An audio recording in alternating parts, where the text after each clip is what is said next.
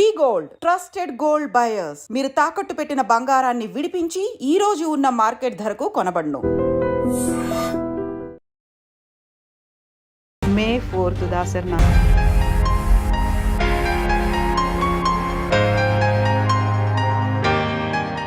నమస్తే, నేను కవిత. Welcome to I dream తెర వెనుక కథలు. మే 4 దాసరి నారాయణరావు గారి జన్మదినం. అలాగే మే 30 కూడా దాసరి నారాయణరావు గారి వర్ధంతి. ఒకే నెలలో జన్మదినము, వర్ధంతి వచ్చాయి. దర్శకరత్న దాసరి నారాయణరావు గారి గురించి, తెర వెనక ఉన్నటువంటి కథల గురించి మాట్లాడుకుందాం. మనతో పాటుగా ఉన్నారు నందం హరిశ్చంద్రరావు గారు. నమస్కారం సార్. నమస్కారం. ఎలా ఉన్నారు మీరు? బాగున్నానమ్మా. మనం లాస్ట్ టైం మాట్లాడుకున్నప్పుడు దాసరి నారాయణరావు గారి గురించి ఒక ఓవర్ వ్యూ అనేది మాట్లాడుకున్నాం. ఇప్పుడు మే 4 దాసరి నారాయణరావు గారి జన్మదినం. విచిత్రంగా అదే నెలలో ఆయన వర్ధంతి కూడా ఉంది. మే 30న ఆయన మన నుంచి దూరం అయిపోయారు. జననానికి మరణం అనేది ఒకే మే నెలలో ఉన్నప్పుడు ఆయనే రాశాడు, జననం ధర్మం అని, మరణం కర్మం అని. తెలిసినా ఈ మనిషి తపన ఆపదని, ఆగదని, ఆగదు ఏ నిమిషం నీ కోసం, ఆగితే ప్రేమ సాగదు ఈ జీవితం. ధర్మము కర్మము. జననం ధర్మం అని. అవును, ధర్మము. పుట్టినవాడు గిట్టక మానడు, గిట్టనివాడు పుట్టక మానడు అనుకుంటుంది కదా, అది ధర్మం. అవును. జననం అనేది. మరణం అనేది కర్మం. అంతే. మనం తప్పదంతే. మరణం తథ్యమని తెలిసినా కూడా తాపత్రయపడతా ఉంటాడు ఈ డబ్బుల గురించి. ఇప్పుడు సోకాల్డ్ పీపుల్ అంతా కూడా ఈ మనీ సంపాదనలో అనేకమైన అన్యాయాలు, అక్రమాలు చేస్తూ ఉంటారు, అనేకమైన మోసం చేస్తూ ఉంటారు. అంచేత ఇవన్నీ కూడా గురువుగారి చిత్రాల్లో ప్రతిబింబించాయి.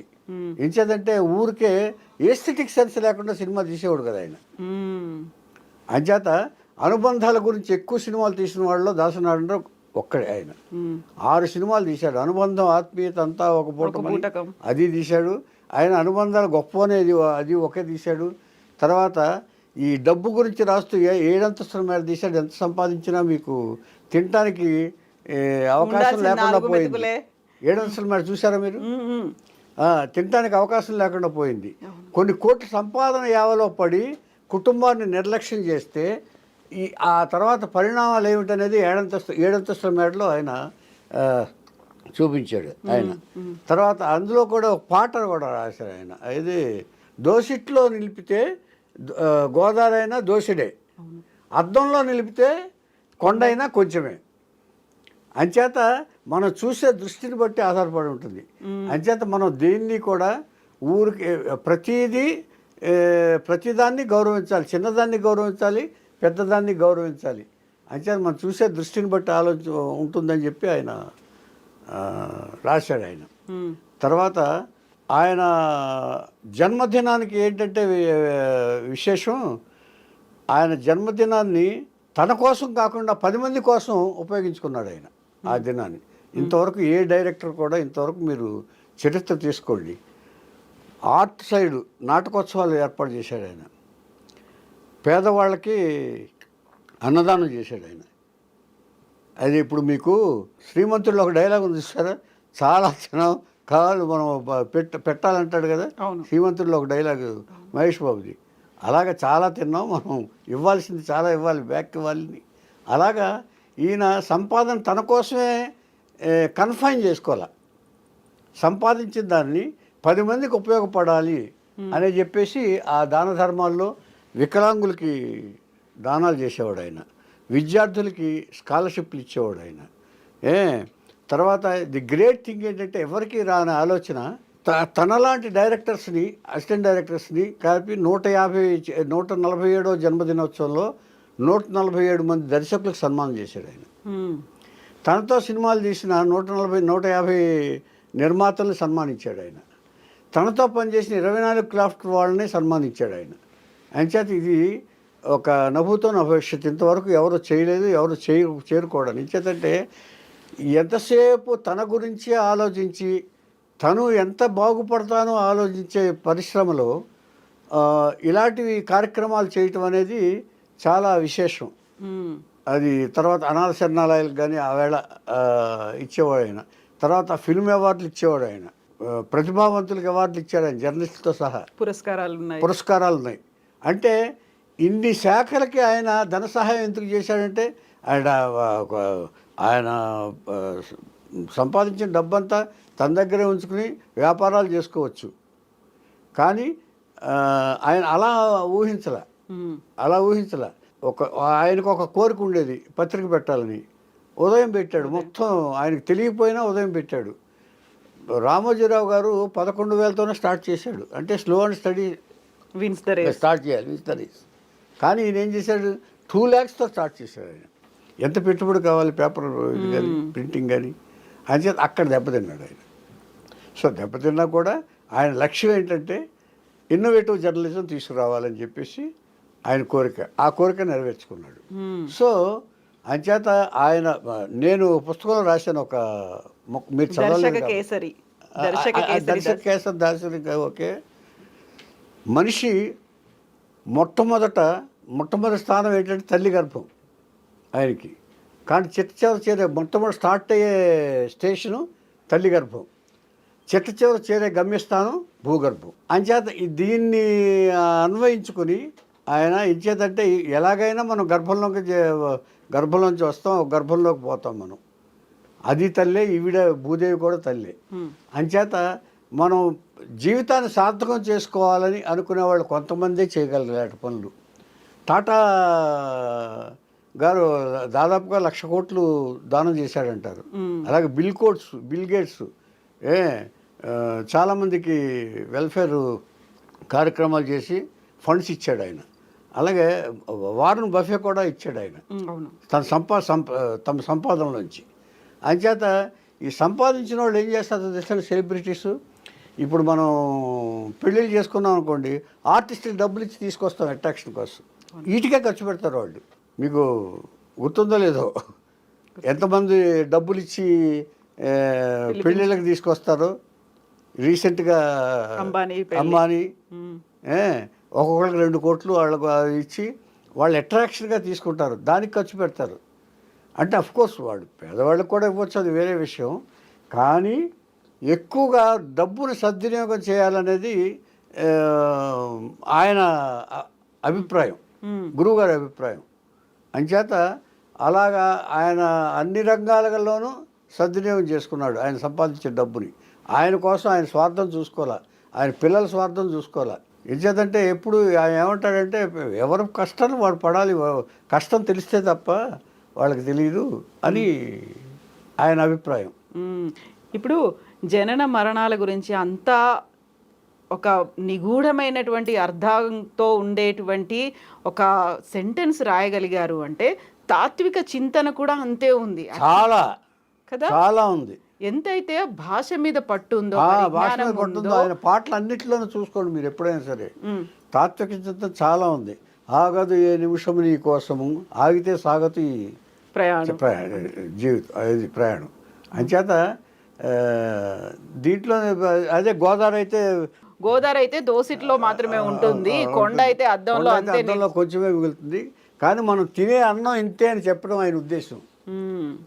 పిడికెడే మనం తినే అన్నం. మనం చిన్నపిల్లలకి ఏం చేస్తాం, ఇదేమో దేవుడి ముద్ద, ఇదేమో నాన్న ముద్ద, ఇదేమో అమ్మ ముద్ద. అలాగే మజ్జిగన్నం తప్ప వాళ్ళకి ఏమి లేదు ఆ వేళ. అప్పుడు ఇది 7 అంతస్తుల మేడ, ఇది మన ఇల్లు 7 అంతస్తుల మేడ, గుడిసెలో ఉన్నాను అంచేత ఇదే మనకి పరమాణం, ఇదే మనకి ఇది అని చెప్పు ఒక పాట ఉంది. పంచభక్ష పరమాణాలన్నీ అవే మజ్జిగన్నమే, గంజన్నం, మజ్జిగన్నం కూడా కాదు, గంజి అన్నం. అది ఆ తత్వాలు బాగా ఇచ్చేసాడండి. తర్వాత తాత మనవాళ్ళు అనుబంధం, ఆత్మీయత అంతా ఒక పూటం, ఆత్మతృప్తికే ఆడుకునే మనుషులు ఆడుకునే నాటకం. అంచేత ఇవన్నీ బాగా ఇన్వాల్వ్ చేసి సినిమాలో ఒక మంచి చెప్పాలనే తాపత్రయంతో ఆయన సినిమాలు ఉండేవి. ఇంత తాత్విక చింతన ఉంది, జీవిత సారాన్ని అంత సింపుల్ వర్డ్స్ చెప్పగలుగుతున్నారు అంటే భాష మీద పట్టు అనేది కూడా ఉండాలి. ఆయన సాహిత్యాన్ని కూడా చదువుకొని ఉండాలి. ఏం చేసేవాళ్ళు ఫ్రీ టైంలో? అట్లా బుక్స్ చదివేవాళ్ళ? చదువుకోవటం కాదండి, ఆయనకి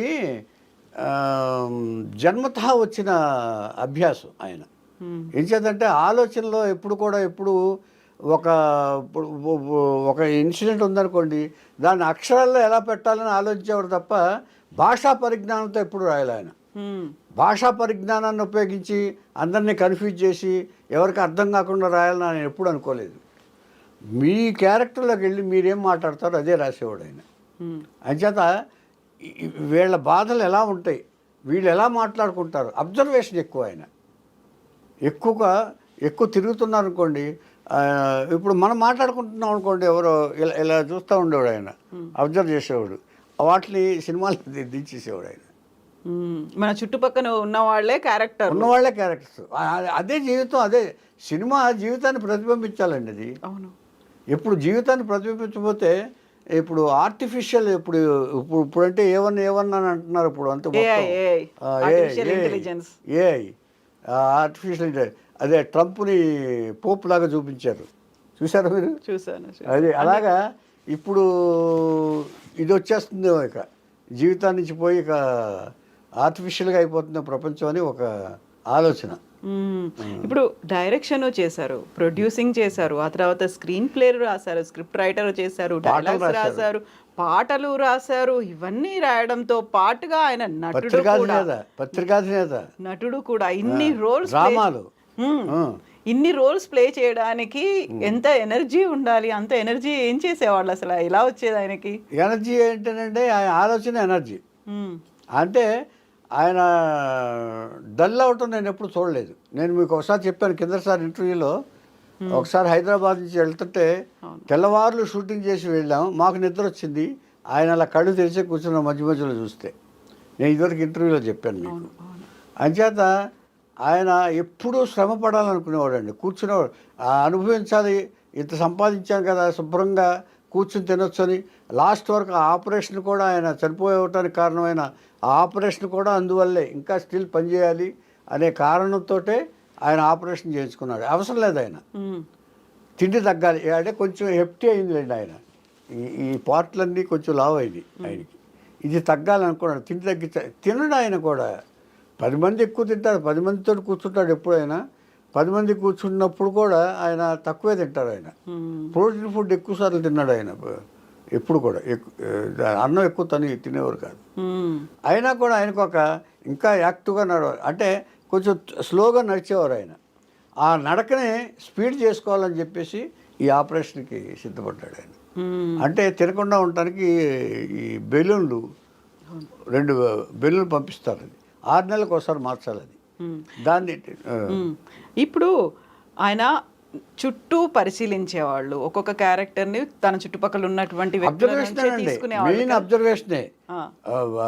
పుస్తకాల నుంచి వచ్చింది ఇది కాదు, మెయిన్ అబ్జర్వేషనే. అలాంటప్పుడు ఆయన ఒక డైరెక్టర్గా, ఒక ప్రొడ్యూసర్గా ఉన్నప్పుడు ఇన్వాల్వ్మెంట్ అనేది అక్కడ ఉన్న వాళ్ళతో, ఆ టీంతో ఎలా ఉండేవాళ్ళు, ఏం చేసేవాళ్ళు? యూజువల్గా ఏ సినిమా అయినప్పటికీ కూడా ఆయన ఎప్పుడు వస్తారా అని ప్రొడ్యూసర్లు ఎదురు చూసేవాళ్ళు. ఆయన ఓకే అంటే చాలా మంది సినిమా స్టార్ట్ చేద్దాం అనుకున్నారు. బట్ లొకేషన్లో అక్కడ ఉన్నటువంటి ఇన్వాల్వ్మెంట్ కావచ్చు, ప్రతి ఒక్కరితో మాట్లాడే తీరు ఎలా ఉండేది? ప్రతి వాళ్ళని తన వాళ్ళగా చేసుకునేవాడు అండి. ముందు తన వాళ్ళకంటే ఆప్యాయంగా ముందు పలకరించేవాడు ఆయన. పలకరించేవాడు, వాళ్ళలోంచి ఏం వస్తుందో, ఏం మాట వస్తుందో, ఏవి థాట్ వస్తుందో అని చెప్పి ఆలోచించేవాడు. ప్రతిగా ఆయన కథ చెప్పినప్పుడు అన్ని రకాల మనుషులు ఉండేవాళ్ళు అండి. బాయ్ దగ్గర నుంచి అది ఎరా కథ ఎలా ఉంది, ఇప్పుడు ఇక్కడ వాళ్ళకు కూడా వినిపించేవాళ్ళ అందరికీ కాదు, టీ ఇచ్చేవాళ్ళు వింటారు కదండి కథ. అక్కడ నుంచుని పోయేవాళ్ళు ఇది చెప్తుంటే, సపరేట్గా వేరే రూమ్లో కాదు, అలా టీ ఇచ్చేసి అలాగే నించుని పోతారు. తీసేప్పుడు ఆయన ఆవేశంగా చెప్పుకుంటూ పోతారు. చెప్పుకుంటూ వెళ్ళిపోయిన తర్వాత అందరినీ అడిగిన తర్వాత సరే, కానీ ఎవరు ఏ కథ చెప్పినా ఆయన చెప్పే విధానంలో అందరూ మైమర్చిపోతాం. చాలా బాగుంది సార్ అంటాం. బయటకు వెళ్ళి వచ్చిన తర్వాత చిన్న చిన్న లోపల కనిపించేది. చిన్నగా అయితే తర్వాత లోపలికి వచ్చి మనం నుంచుంటే ఆయన అబ్జర్వ్ చేస్తారు. ఆయన ఏంటి ఏమైనా చెప్పాలా అంతే. అంచేత ఆ గ్రాస్పింగ్ ఒకటి ఉంది ఆయన. అంటే ఎదట మనిషిని చదవటం అనేది ఆయన గొప్పతనం. అంచేత అది వచ్చినప్పుడు ఆయన వచ్చి ఏంటి ఏమైనా చెప్పాలని చెప్తే, సార్ చిన్న డౌట్ సార్ అది, ఓకే అని వినేసి ఊరుకోడు. తర్వాత మళ్ళీ మార్చి వేరే కథ చెప్పాడు ఆయన. ఓకే. ఆ కుర్రాడిని అడిగేవాడు, ఎరా ఎలా ఉందిరా కథ అంటే, అయ్యగారు అంత ఇదిగా లేదని వాళ్ళు కూడా అంత అలాగే చెప్పేవాళ్ళు, పరిశీలించేవాళ్ళు. పరిశీలించేవాడు. ఇప్పుడు మిమ్మల్ని ఏమని పిలిచేవాళ్ళు? హరిశ్చంద్రరావు అంటే అంతే అంతే. హరిశ్చంద్ర, హరి అని ఒకసారి పిలిచేవాళ్ళు, ఓకే. హరిశ్చంద్రరావు అని ఒకసారి. అంతే నాకు చిన్న ఇది ఉండేది, తిట్టేవారు కూడా. నేను ఎవరైనా సరే పిలిస్తే తప్ప వెళ్ళేవాడిని కాదు, ఓకే. ఎప్పుడైనా సరే. ఆయన అయినా సరే కింద కూర్చునే వాళ్ళు, పని ఉంటే పిలుస్తారో, లేకపోతే ఎందుకు అంటే వెళ్ళాలి? పని లేకుండా ఎదురుగుండా ఆయన అట్రాక్ట్ చేసి ఆయన దీని నుంచి మెప్పు పొందాలని ఎప్పుడు ఆలోచించేవాడు. నా వీక్నెస్ అది, అందుకనే పైకి రాలేకపోయాను. ఫ్యాక్ట్ అది. అవును, అవును. ఎంచేదండి, అంటే ప్రతిసారి వాళ్ళ కళ్ళలో పడాలి, నేను ఇక్కడ పడాలి, ఉన్నానని ఆయన చూపించాలి. ఇంప్రెషన్లో పడాలి, అంచేత ఇచ్చేసుకోవాలని చెప్పేసి లౌక్యం, అంత లౌక్యం లేదు నాకు బిగినింగ్ నుంచి, స్ట్రైట్ ఫార్వర్డ్. అది తెలుసు ఆయనకి. అందుకనే దాసనారాయణరావు గారు అది అర్థం చేసుకున్నారు కాబట్టి నేను అంతకాలం ఉండగలిగా. అదే ఇంకొక డైరెక్టర్ అయితే నన్ను ఎప్పుడో పంపించేసేవాడు, నా క్యారెక్టర్, నా మెంటాలిటీకి. ఇంచేదంటే నన్ను ఎవరో లైక్ చేయరు అప్పుడు, నిజం మాట్లాడితే. అబద్ధం కాదండి, నిజం మాట్లాడితే. హరిశ్చంద్రరావు కోపం తగ్గించుకో హరిశ్చంద్రరావు ఇలా చెప్పేవాడు ఆయన, చిన్నపిల్లాడికి చెప్పినట్లు ఆయన. అంత ఇది. కాకపోతే ఏంటంటే ఆయనకి ప్రెషర్స్ ఎక్కువ ఉంటాయి. ఆ ప్రెషర్స్లో కొన్ని తప్పులు చేశారు ఆయన, అది మనం చెప్పకూడదు. కానీ ఎక్కువగా నమ్మారు మనుషుల్ని, నమ్మిన మనుషులు ద్రోహం చేశారు, అందులో సందేహం లేదు. ఇప్పుడు నేను చెప్పానే, ఆయన పోయిన తర్వాత ఆయన పేరు పెట్టుకుని అవార్డులు అని పెట్టారు చూసారా, ఇదంతా ఆయన పేరు. ఈ అవార్డుల ద్వారా వాళ్ళ స్వలాభం కోసమే పెట్టుకున్నది తప్ప ఈ అవార్డులు ఆయన పేరు ఉపయోగించుకుని మరి మిగతా వాళ్ళకు అవార్డులు పెట్టరే, విశ్వనాథ్ గారికి పెట్టరే, రాఘవేంద్రరావు గారి పేరు అవార్డులు పెట్టరే, వాళ్ళు గొప్పవాళ్ళేగా.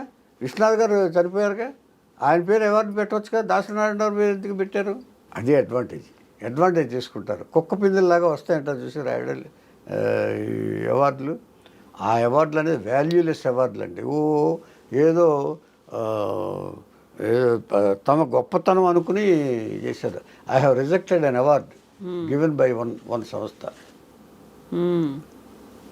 అవి వాల్యుబుల్ అవార్డ్స్ కాదు సార్, మేధావులు చెక్ చేసి నువ్వు కరెక్ట్రా, నువ్వు గొప్పడురా అని ఇస్తే అది ఓకే. ఇప్పుడు ఎంతమంది జడ్జెస్ ఉంటారండి, మనం సెంట్రల్ గవర్నమెంట్ కానీ ఇది కానీ మేధావుల్ని పెడతారు అక్కడ.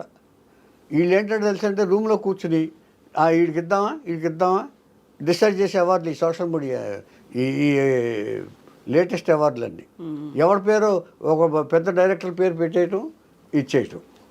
విశ్వనాథ్ గారు ఎందుకు ఇవ్వరంట, ఆయన ఇలాంటి వాళ్ళని చేరదీసి ఎంకరేజ్ చేశారు కాబట్టి ఇయే ఆయన చేసిన పొరపాటు. లాస్ట్లో గురువుగారు అపాత్ర దానాలు ఎక్కువ చేశారు లాస్ట్లో. నమ్మారా అందరినీ? నమ్మారంటే అలా నమ్మేటట్టుగా వాళ్ళు మాట్లాడేవాళ్ళు. తప్పదు, ఎవరికైనా తప్పదు. అలా ఆర్థికంగా కూడా నష్టపోయారా? చాలా నష్టపోయారు.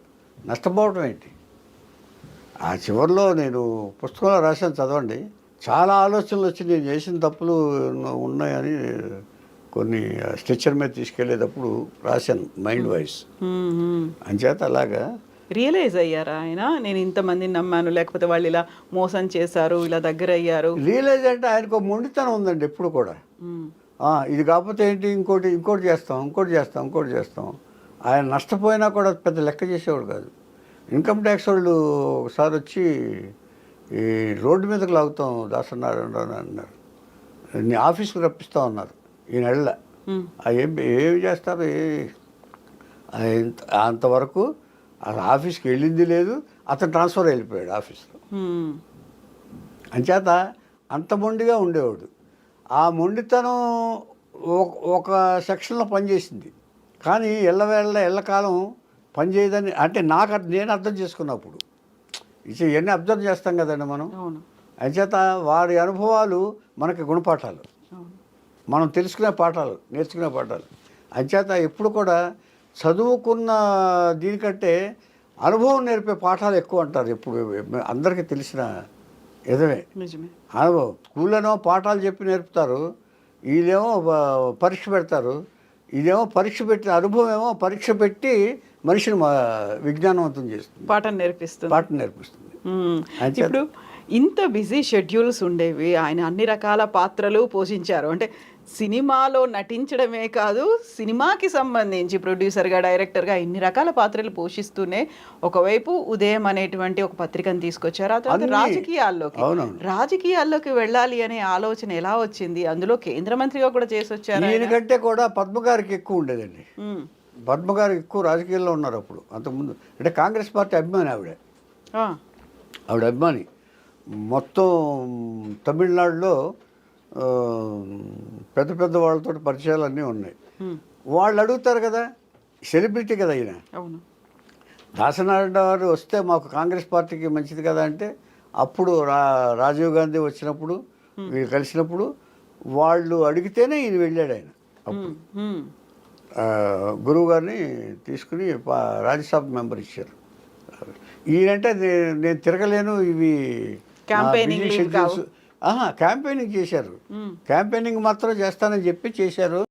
ఎలక్షన్లో నిలబడాలి అంటే నేను ఇంకా ఎక్కువ ఇచ్చేసుకోవాలి, అంచేత నాకు ఆ వల్ల కాదంటే అప్పుడు రాజ్యసభ మెంబర్షిప్ ఇచ్చారు. 2000 రాజ్యసభ మెంబర్షిప్ 3 times చేశారు, 2 times చేశారు. ఆ తర్వాత కేంద్ర మంత్రి కూడా అయ్యారు. ఆయన కేంద్ర మంత్రి కూడా అయ్యారు. ఇందిరాగాంధీ, సోనియా గాంధీ గారికి అది బాగా ఇష్టమైన మంత్రి మన్మోహన్ సింగ్ గారికి. ఆ తర్వాత ఇక భరించలేకపోయారు వీళ్ళు కొంతమంది. ఆ తర్వాత బొగ్గు స్కామ్ వచ్చింది. అందులో దాసరి నారాయణరావు గారు ఇన్వాల్వ్ అయ్యారు. ప్రూవ్ చేయలేకపోయారు కదా, ప్రూవ్ అవ్వాలి ఇంతవరకు. కాకుంటే మరక అంటుకునేట్టుగా మాత్రం అంటించేశారు. ఇప్పుడు డెలిబరేట్గా చెప్పాడు ఆయన, it's not my fault, Manmohan Singh signed it. ఏదన్నా జరిగినా కూడా మన్మోహన్ సింగే సైన్ చేశాడని చెప్పాడు ఆయన డైరెక్ట్గా. ఇంచేతంటే మెయిన్ పోర్ట్ఫోలియో ఆయన దగ్గరే ఉంది, మెయిన్ పోర్ట్ఫోలియో మన్మోహన్ సింగ్ దగ్గరే ఉంది. అంచేత ఈయన్ని స్కేప్ గోట్ చేశారు. అది ఇండస్ట్రీ కూడా భరించలేకపోయిందండి ఈయన మినిస్టర్ అవ్వటం, ఈయన కమాండ్కి తోడు సెంట్రల్ మినిస్టర్ అవ్వటం. ఈయన ఒకటి చెప్పనండి, నేను జన్మదినం అంటే మీరు అడిగారు కదా, ఇండస్ట్రీ అంతటిని ఆయనే పిలిచేవాడు. ఇండస్ట్రీ అంతటిని ఆయనే పిలిచి భోజనాలు కానీ ఇది కానీ పెట్టేవాడు. రెండు అకేషన్స్, న్యూ ఇయర్ సందర్భంగా ఇండస్ట్రీ బాగుండాలని చెప్పి అయ్యప్ప స్వామి పూజ చేసేవాడు ఆయన. అయ్యప్ప స్వామిగా కొంతకాలం సాయిబాబా పూజ చేసేవాడు. ఇండస్ట్రీ బాగు కోసం అందరిని పిలిచి ఇండస్ట్రీ పీపుల్ అందరికీ కవర్లో డబ్బులు పెట్టించేవాడు. మీకు తెలుస్తుంది, విన్నారా లేదా? కవర్లో ఎవరు వస్తే వాళ్ళు, జూనియర్ ఆర్టిస్టుల దగ్గర నుంచి, కూలి వాళ్ళ దగ్గర, పని వాళ్ళ దగ్గర నుంచి అందరికీ అభినందనలతో అని చెప్పి, దాసరి అని చెప్పి కవర్లు ఇచ్చేవాడు. మేము కూడా తీసుకున్నాం. మేము కొన్ని ఒక 20-25 సంవత్సరాలు తీసుకున్నాం. చాలా కాలం దాచిపెట్టాం కూడా, తర్వాత తీసాం. కానీ అలా ఉంచేసేవాడు. ఆయన దస్తూరితో ఉండేదా అది? ఆయన దస్తూరి అందరికీ డబ్బులు ఇచ్చేవాడు. మురళీమోహన్కి ఇచ్చారు, మోహన్ బాబుకి ఇచ్చారు, నిర్మాతలకు ఇచ్చేవాడు. అవునా? అందరికీ ఎంత ఉండేవి, ఎంత ఇచ్చేవాళ్ళు? వాళ్ళకేమో 1000 రూపాయలు ఇచ్చేవాడు, మిగతా వాళ్ళందరికీ 100 రూపాయలు. కామన్ పీపుల్కి అందరికీ 100 రూపాయలు.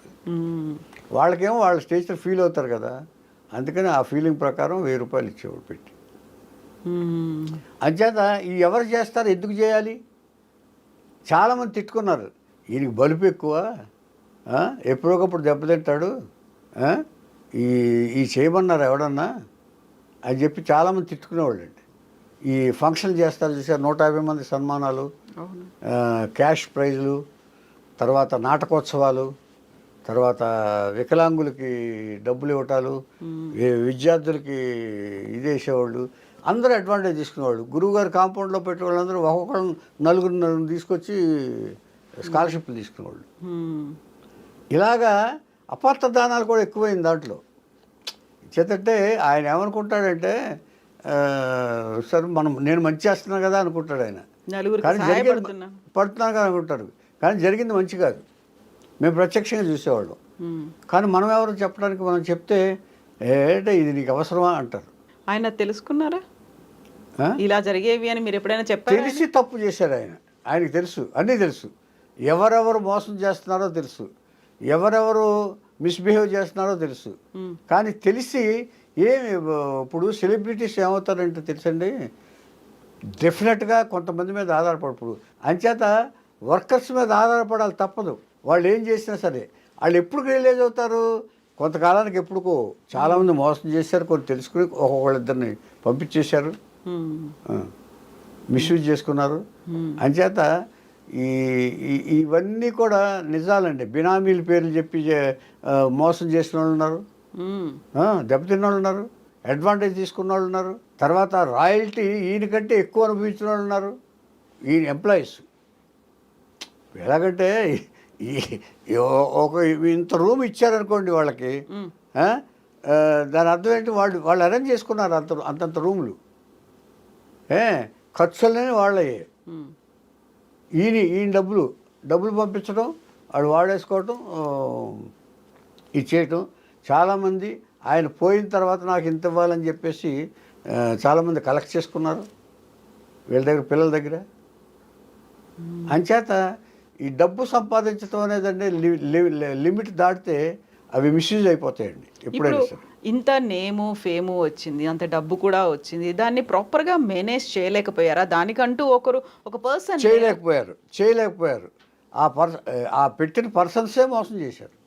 వాళ్ళు ఉన్నారా ఇప్పటికి ఇండస్ట్రీలో? ఉన్నారు, 100 కోట్లు సంపాదించారు. తర్వాత ఇదంతా ఎందుకు అనుకుంటున్నారు మీరు? ఇది ఒక నిజం చెప్పుకోవాలి మీరు. ఎందుకంటే తన వాళ్ళంటూ ఎవరు చూసుకునేవాళ్ళు లేకపోబట్టి. ఇప్పుడు రామానాయుడు గారు ఉన్నారనుకోండి, సురేష్ బాబు ఉన్నాడు మేనేజ్ చేసుకోవడానికి. తర్వాత రామారావు గారు ఉన్నారనుకోండి, హరికృష్ణ లేకపోతే ఎవరో మేనేజ్ చేసుకునేవాడు. అందరూ ఆర్టిస్టులు కాదుగా. తర్వాత కృష్ణరాజు గారు అనుకోండి, వాళ్ళ బ్రదర్ సూర్యనారాయణ రాజు ఉన్నాడు. శోభనబాబు ఉన్నాడు అనుకోండి, వాళ్ళ అబ్బాయో లేకపోతే ఇంకొకళ్ళు ఆయనే జాగ్రత్తగా చూసుకునేవాడు శోభనబాబు గారు. దాసనారాయణ గారికి ఎవరున్నారు? 2 పిల్లలు ఉన్నారు కదా, అబ్బాయిలు. అదే వచ్చింది, ఎక్కడే వచ్చింది. పిల్లల్ని మనం నమ్ముతాం, వాళ్ళు ఉపయోగపడలేదు కాబట్టే బయట వాళ్ళని నమ్మాల్సి వచ్చింది ఆయన. అందులో ఒకరిని పెట్టి సినిమా కూడా తీశారు, దాసరి అరుణ్ హీరోగా కూడా చేశారు. అవును, సినిమా తీశారు, అవన్నీ పని చేయలేదండి. ఏం చేద్దంటే వాళ్ళకి శ్రద్ధ లేదండి. నేను ఇప్పుడు ఫేట్ కూడా కలిసి రావాలి. ఇట్లా రాఘవేంద్రరావు గారు సినిమా తీశారు, ఆయన డైరెక్ట్ చేశాడు, వాళ్ళ అబ్బాయి కూడా. అంచేత ఈ డైరెక్టర్స్ కొడుకులు ఎవరు, ఆర్టిస్టుల కొడుకులు పైకి వచ్చారు కానీ డైరెక్టర్స్ కొడుకులు ఎవరు పైకి రాలే ఎక్కువగా ఆర్టిస్టులుగా, అంటే తక్కువ పర్సంటేజ్. సో అంచేత ఇవన్నీ జరగటానికి కారణం ఏంటి? బినామీల్ని ఎందుకు పెట్టుకోవాల్సి వచ్చింది? బయట వాళ్ళని, కొడుకులు అందుబాటులోకి రాకపోవటం వల్ల. సహకారం లేదా అసలు వాళ్ళ దగ్గర నుంచి? సహకారం లేదా? సహకారం కాదండి, అసలు they never behaved like their sons. చాలా సఫర్ అయ్యారు ఆ విషయంలో, పిల్లల విషయంలో. అంచేత అందరూ సన్బాధితులు అంటారు చూసారా, అందరూ పెద్దవాళ్ళందరూ వీళ్ళకి అలాగే వచ్చింది. అంచేత ఇవన్నీ జీవిత సత్యాలండి నేను చెప్పేది. ఇప్పుడు ఇంటర్వ్యూలు అంటే ఊరికే ఏదో ఇన్ఫర్మేషన్ ఇవ్వటం, దాసరి గారి గురించి ఇన్ఫర్మేషన్ ఇవ్వటం కాదు. ఇవన్నీ నేర్చుకోవాల్సిన సత్యాలు, తెలుసుకోవాల్సిన సత్యాలు.